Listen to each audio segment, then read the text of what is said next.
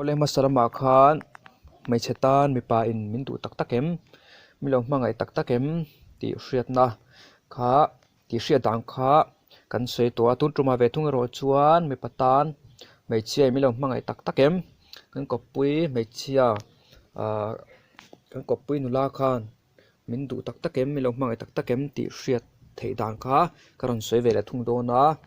chuan uluk takin lo en ta la chuan hemi hi ilo chin chia ilo hrenga ni chuan kami kawppui laka khanin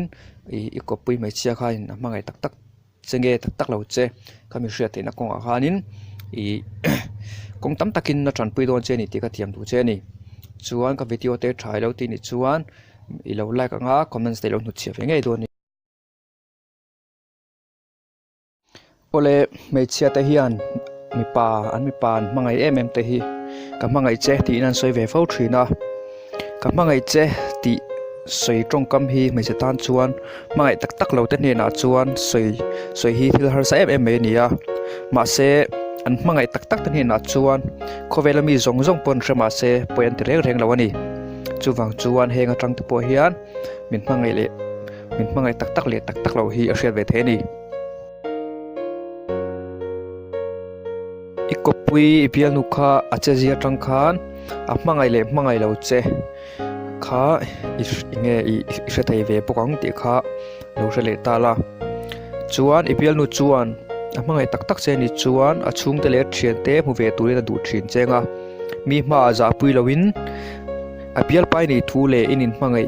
ani ti kha lantir a du thinang chuan Facebook lama te WhatsApp lama te po aza pui ngai lo chenga chuan mai chia te re hian an hmangai le an du te hi Facebook a te po an za pui ngai lawa thalak dun na te po an post ve thina ni chuwang chuan hemi hi atlang puin an thina chutia anga Bialnu in ati thina ni ngai chuan hmangai che hmangai tak tak lo che ti kha kong tam takin hre thei do ni mai chia te hian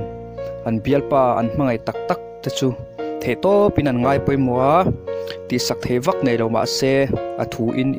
in an kol thar o emo phim khurang cheu emo icha sual pal ange ti te in an chalom lom trin ani chuan an hmangai te hne na chuan rel ru le ti tak meuin anin hla thin poka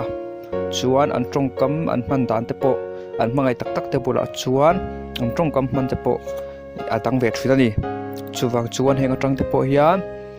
min hmangai tak tak chenge tak tak lo chakha kong tam takin a hriat ve the ni a to per na tan chuan Bialnu khan hmangai ve tak tak che ni chuan ilaka hathik thuwa cheve thinang ti kha lo hrata la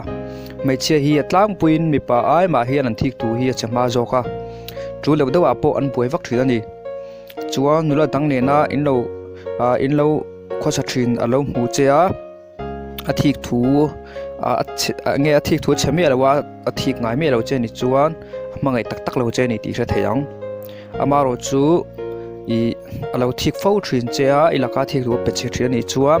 hmangai ve che ni ti kha kami kha lo hreta la chuan chu ti rualin ilaka